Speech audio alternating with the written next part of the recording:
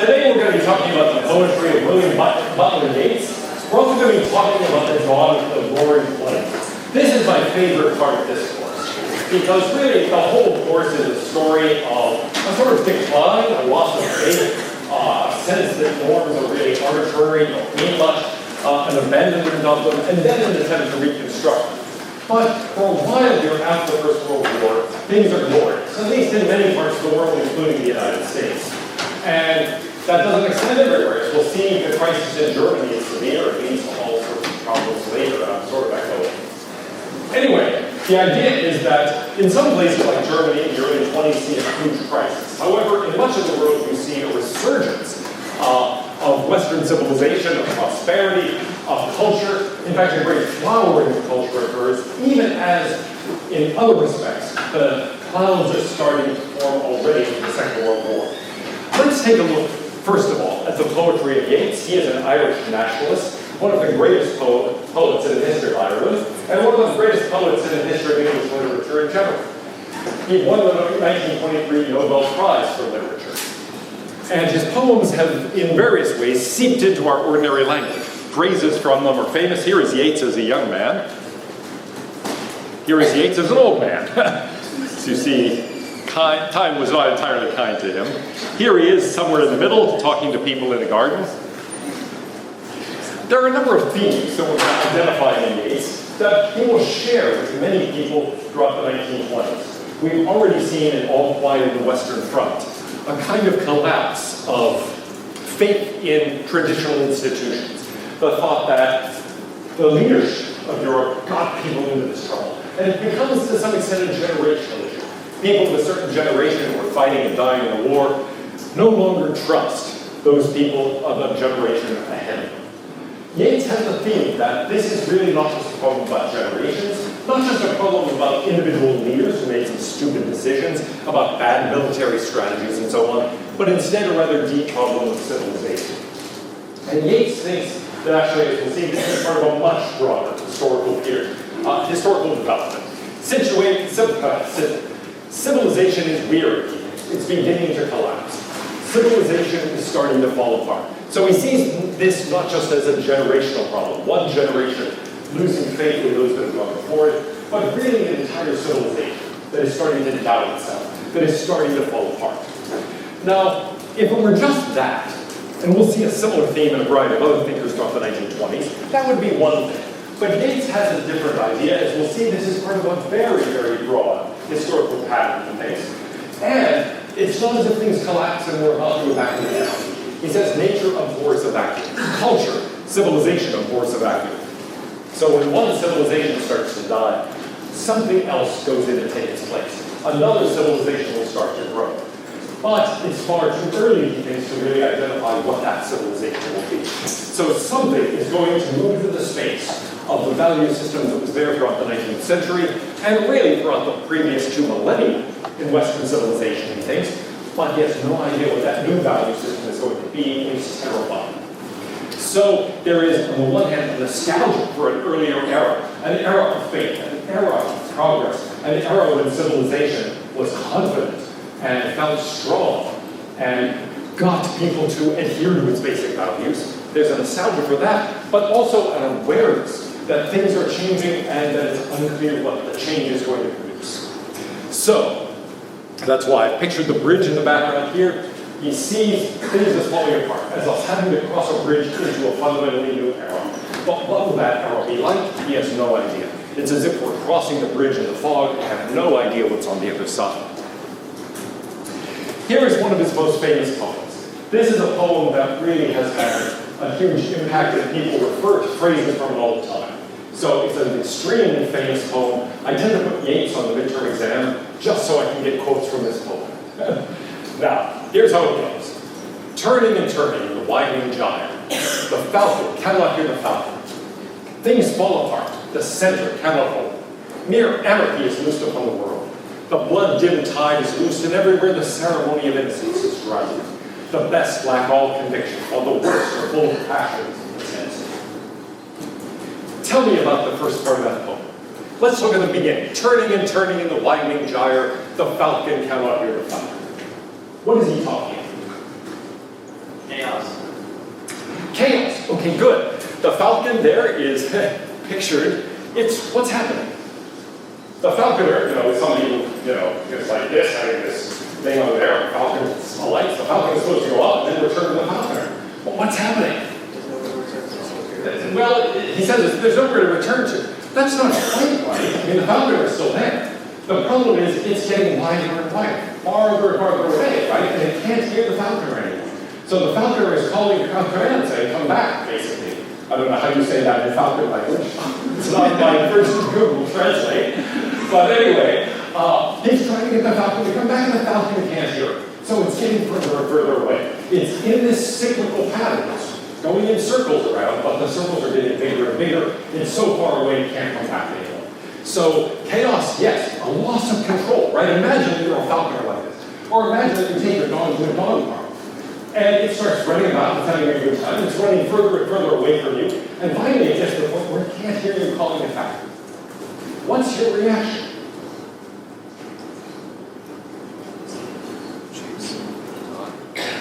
Oh, that's you guys who have dogs.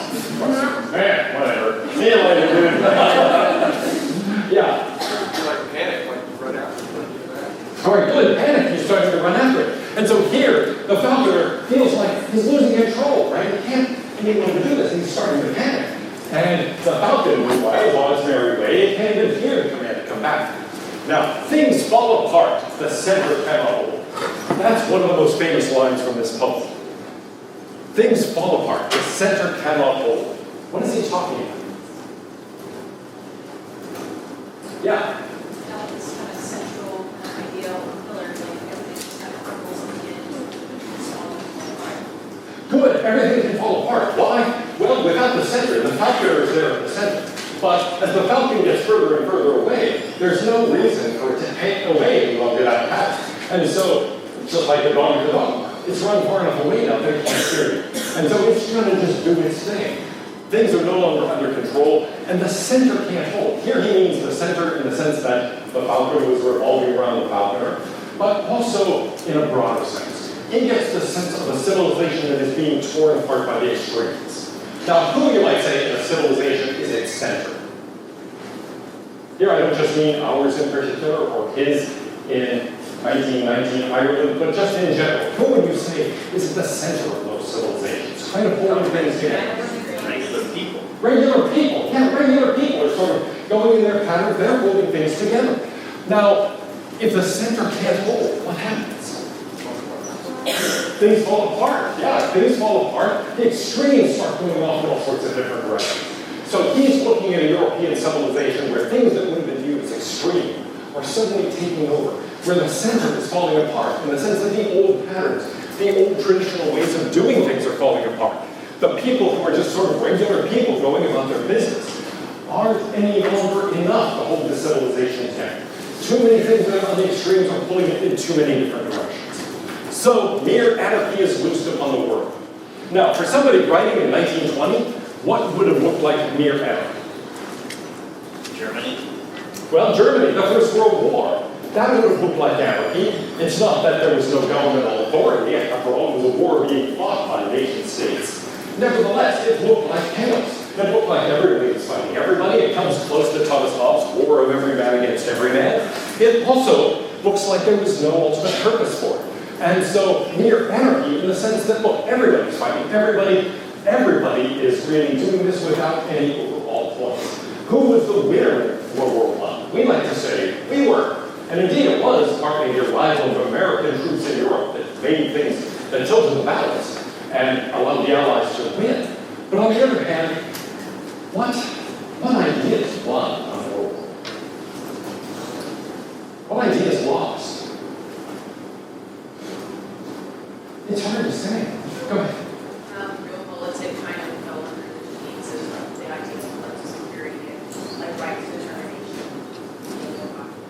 Oh, all right, good. There were important political implications which get traced out. I mean, one of them is that this traditional balance of power, real politics, came into some disfavor because it was to some extent that competition between Britain and Germany especially, but between other countries in Europe too. that led to the kind of conflict in the first place that created the sort of tinderbox that spark would actually set ablaze in the way that actually happened. That's part of what was going on. Part of it is that there was this attempt to have self-determination by various peoples.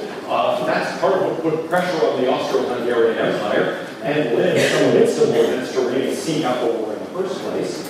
And so you might say after the war was an attempt to really redraw the map of Europe based on that principle of self-determination.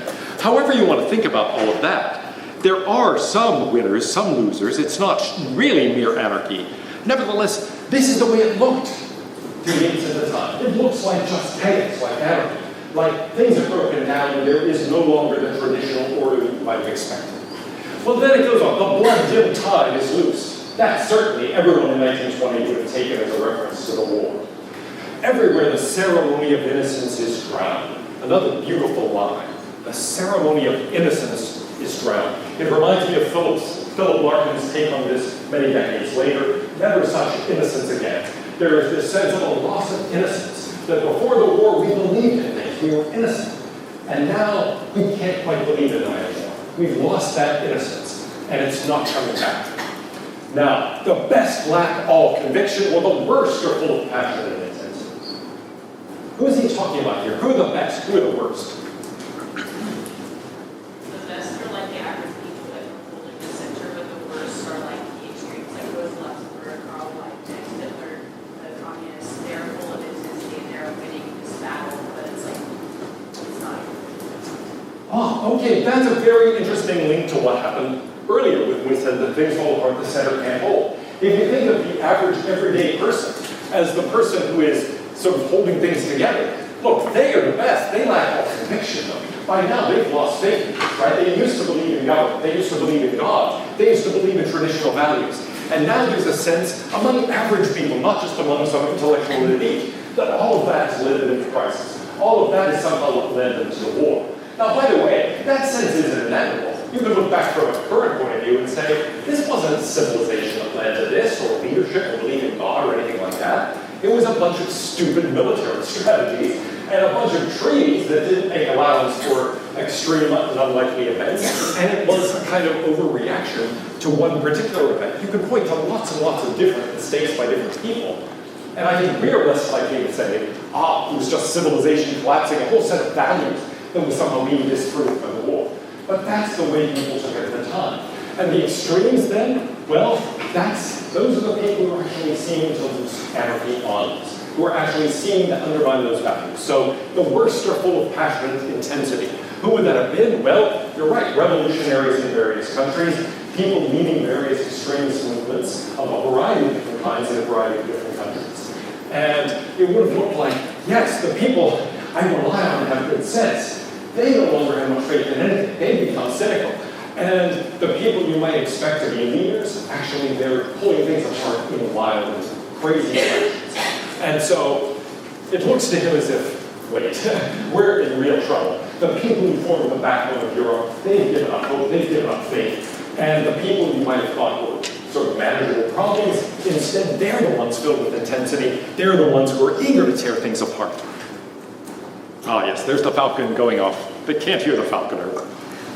Now, that very first line about the widening chime, that is something that has much greater significance than you might think. It's not just an image of a falcon going in a circular pattern around the falconer. It really is related to his philosophy of history. Yeats thought that history moved in 10,000-year cycles, and that we were near the end of one of these cyclical patterns. So he says it goes basically like this. They overlap. So as you can see, there's a period of time, a pretty long period of time, when a civilization is starting to go downhill, and a new civilization is starting to arise to take its place. He sees himself, let's say in that red one, pretty far near the end. And he says, something is already moving. There is already something that is about to take the place of this, but it's going to take a long time for it to happen. 2,000 years, after all, is a long time. And so if you think, well, we're over there in the right 3 or 4 coils, that can be still 300 or 400 years. But his idea is that we're near the end of one of those cycles. This civilization that has lasted for the last 2,000 years is starting to fall apart. And something new is about to take its place. So here's the way he thinks of it. From roughly 4,000 to 2000 BC, you have a certain kind of civilization. You have the Bronze Age, from about 3300 BC, the rise of civilization as people begin to work with tools and actually move beyond a hunter-gatherer stage. People begin to live in larger communities together. You have the advent of writing. Right around 3000 BC, we have the first bit of writing that still survives. And guess what it is? What is the earliest bit of writing that we have? Wasn't there a market exchange? It's a market exchange book. Yeah, exactly. It's from around Babylonia, and it's an accounting book. It's basically a account. So the first thing that people were writing about, as far as we can tell, is money. In any event, yeah, the advent of writing, the civilization in Sumeria, in Persia, in early Egypt, and so there I've got some relics of that civilization that still survive. Then there's another civilization that takes over from it, from roughly 2000 to -1, say. That's the Iron Age, the age of the great civilizations of ancient Egypt, of ancient China, ancient India, the development of the Rig Veda, the Upanishads, in Homer, in Greece, Homer, the Iliad, the Odyssey. You've got what is referred to as the axial period, right around 600 BC, where Confucius and Lao Tzu in China, the Buddha in, India and Nepal, the writing down of the Hebrew scriptures, the earliest developments in Greek philosophy, theater, and history, all of that develops right around the same time. And so Confucius, Lao Tzu, the Buddha, Thales, the first Greek philosopher, and King Joshua, I guess, who commands the writing down of the Hebrew scriptures. All of those people are contemporaries. They're living right around the same time in what is called the axial period, because it's a period from which so much else develops. And so here we have some of the relics of ancient Egypt, or of ancient India. Confucius, the Buddha, Thales, and there people bringing the Ark of the Covenant and the Torah. And here, the Acropolis in Athens. Now, from roughly 0 to 2000, Yeats thinks, this is the era that we are living in the very tail end of, or we might say now we are actually at the beginning of the next era. It's the nation state, the era of the Roman Empire, of Christianity, of a continuous written culture. Not just fragments of writing here and there, but a global culture that has actually enabled people to communicate across wide geographic and cultural boundaries. We've got the development of advanced technologies. And so there in the background you see the Pietà, and you see other developments of what we consider our own civilization's art. But now we're at the dawn of a new civilization. Well, what is that going to bring? What is going to be the overarching theme of 2000 to 4000? He has no idea. And that's not his conception, that's just my conception. Somewhat derivative. In any case, that's the question, really. We are at the dawn of a new era. We are at the close. Well, he's writing in 1920, so he saw himself as at the close of one of these grand historical eras. A new one is about to start, but what is it going to be like? It will take several hundred years for the nature of it really to emerge. If you think back to the dawn of Christianity, after all, when was it that Christianity actually became a strongly powerful force, you might say, in Western civilization? There were small bands right from the very beginning, but it wasn't maybe until Constantine converted and convened the Council of Nicaea in 325 that Christianity actually became a significant enough force that someone living at that time might have said, aha, we're at the dawn of the Christian era. That was 300 years after the initial events that started that era. And so here, he thinks, look, for 300 years, we may not really be able to identify the true nature of this next era of civilization.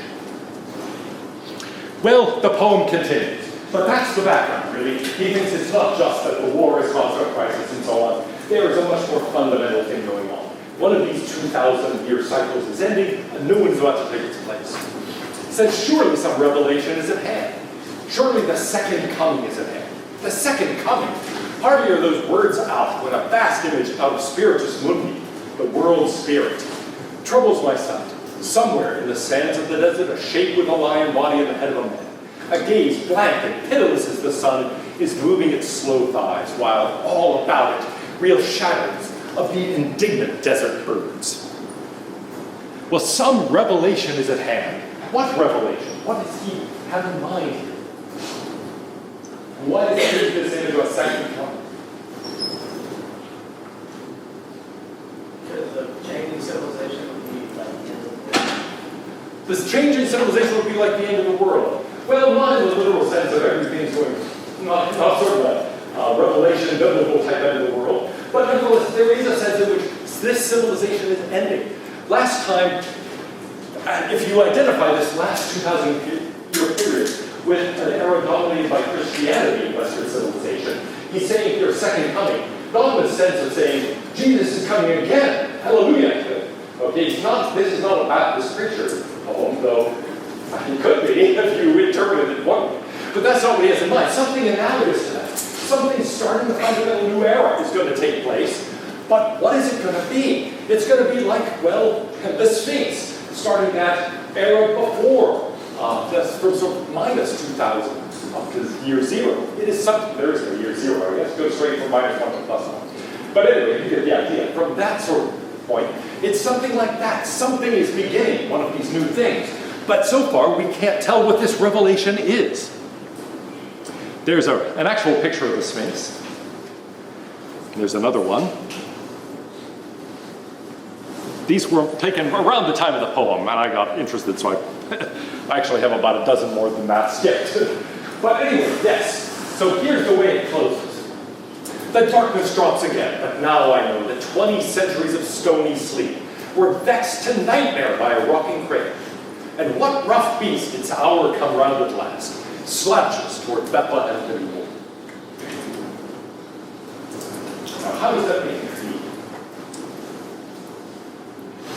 Terrifying. Terrifying, yeah. Okay, some rough beast, right? It's moving its slow thighs in the desert. What rough beast comes slouching toward Bethlehem? Not notes like this. This kind of like, okay.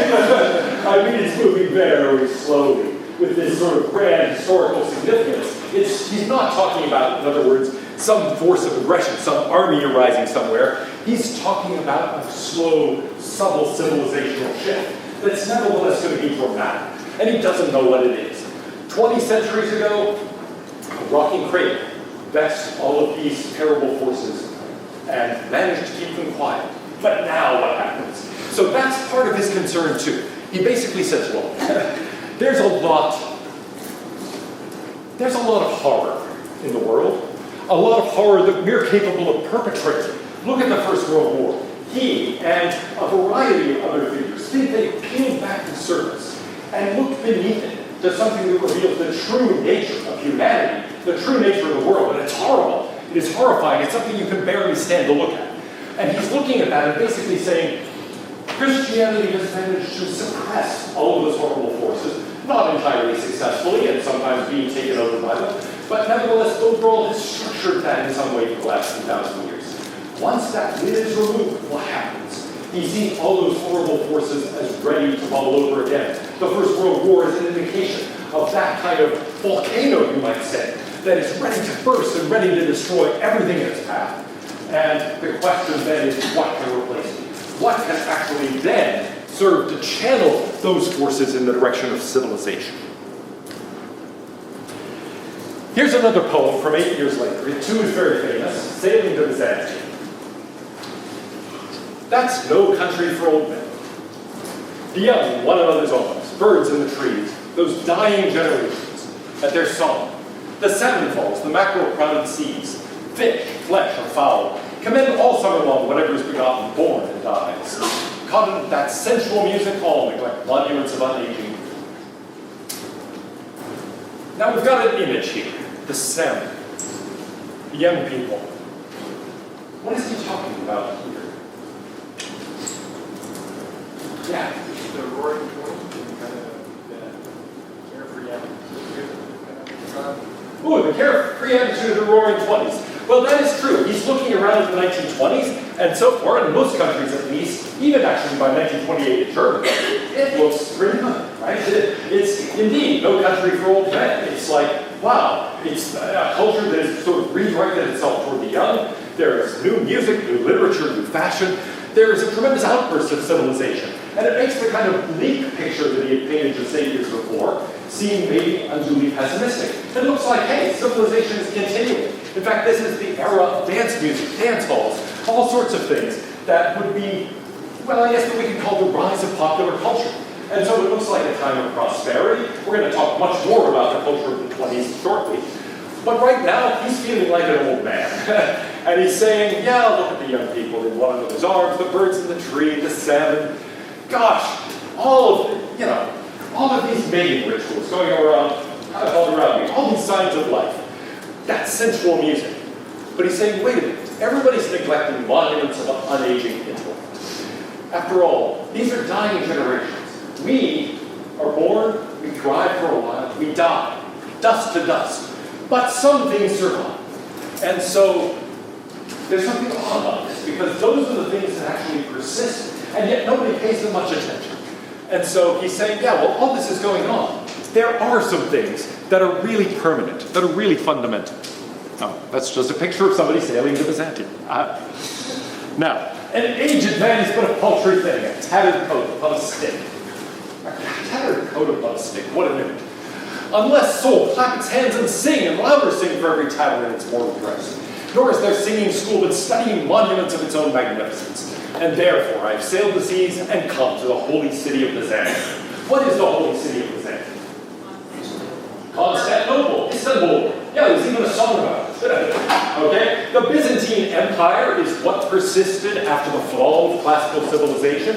It eventually collapsed and fell to the Ottoman Turks. But in between roughly, say, 500 and 1453, you had a civilization, Byzantine civilization, with its writings expressed in Greek. A great civilization, on the other hand, an obscure one. Really, for centuries, nobody in Western Europe spoke Greek, had access to those libraries, and even today, really, relatively little is known about this Byzantine civilization. It's not that the texts don't survive, it's that there aren't many people working on this. If you think, whoa, I'd like an academic career where I can spend my time in libraries and do this work that nobody else is doing, there you go. There's a civilization that lasted for 100 years, waiting to be mined, because really very little attention has been paid to it. So monuments of magnificence, but nobody's paying much attention. He also refers here to a singing school. And that is rather interesting.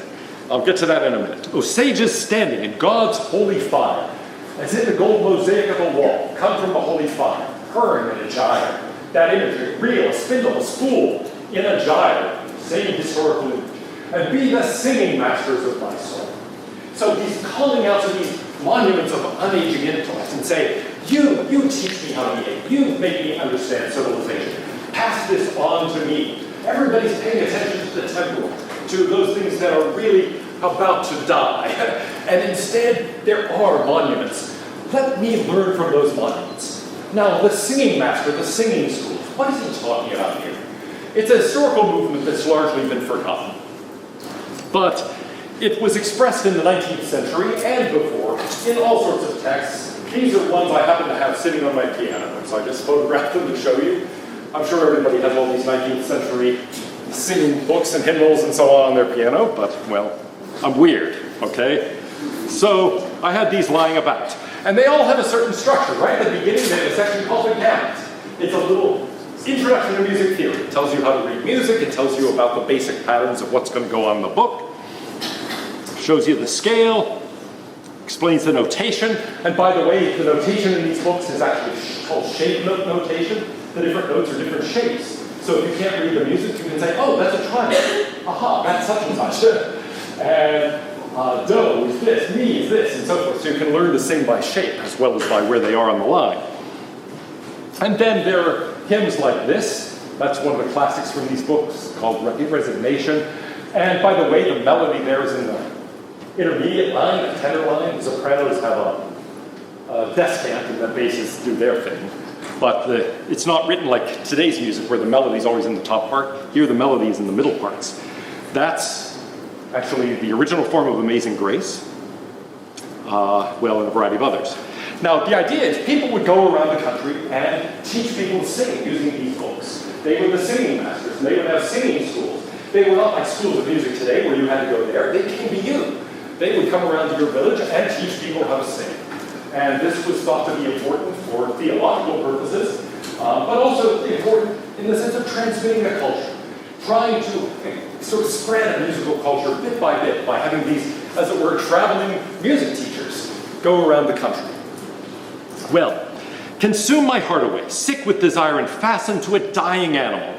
It knows not what it is, and gather me into the artifice of eternity. What does he mean, fastened to a dying animal? Who's the dying animal? Is it like his old era, like all the ideals inspired? Oh, well, nice. It really has two meanings. You're right. One is it's this era. He's part of a dying era. And so he's looking at that and saying, yeah, I'm part of this dying civilization. So I'm fastened to a dying animal, a dying civilization, a dying culture. But there's another meaning too. Who's the dying animal he's attached to? Himself, yeah, his body. And so the body is dying, the civilization is dying, and yet here he is, a mind that feels independent of that. And by the way, this is something that is just true about aging. You're too young to realize it, but you will. Inside, you're my age, you realize your body isn't what it used to be when you were 25, but your mind still feels like you're 25. And so it sometimes leads you to do foolish things. But the basic idea is, well, you don't really feel any older in here, it's just that you're fastened to this animal that keeps getting older. And he sees himself that way. He's this mind, but it's attached to a dying body, and it's attached to a dying civilization. And so he's saying, gather me into the artifice of eternity. Help me to become part of this monument to unaging intellect. Unaging, not only a sense of surviving, but not going through this process of dying. And so he is looking at, here's what we have of Byzantium. Not only these texts, but these mosaics, these kinds of temples that survive. Anyway, he says, once out of nature, out of that process of birth and death, I shall never take my bodily form from any natural thing, but such a form as Grecian goldsmiths make, of hammered gold and golden emblem, to keep a drowsy emperor awake, or set upon a golden bough to sing to lords and ladies of Byzantium of what is past and passing or to come. So we are all at part of that temporal flow, what is past or passing or to come. And he says, I want to be above that. I want to somehow escape from that and be part of this unaging monument. How is it possible for a civilization that is dying to nevertheless pass itself on and transmit something to the future? Answer is these monuments of unaging intellect. And so he's recognizing, yes, maybe I'm dying, maybe civilization is dying, but nevertheless permanence is possible. And so we get something that's hopeful here. Maybe he can be set upon a golden bough to sing to all of those generations that passed. Maybe something can survive.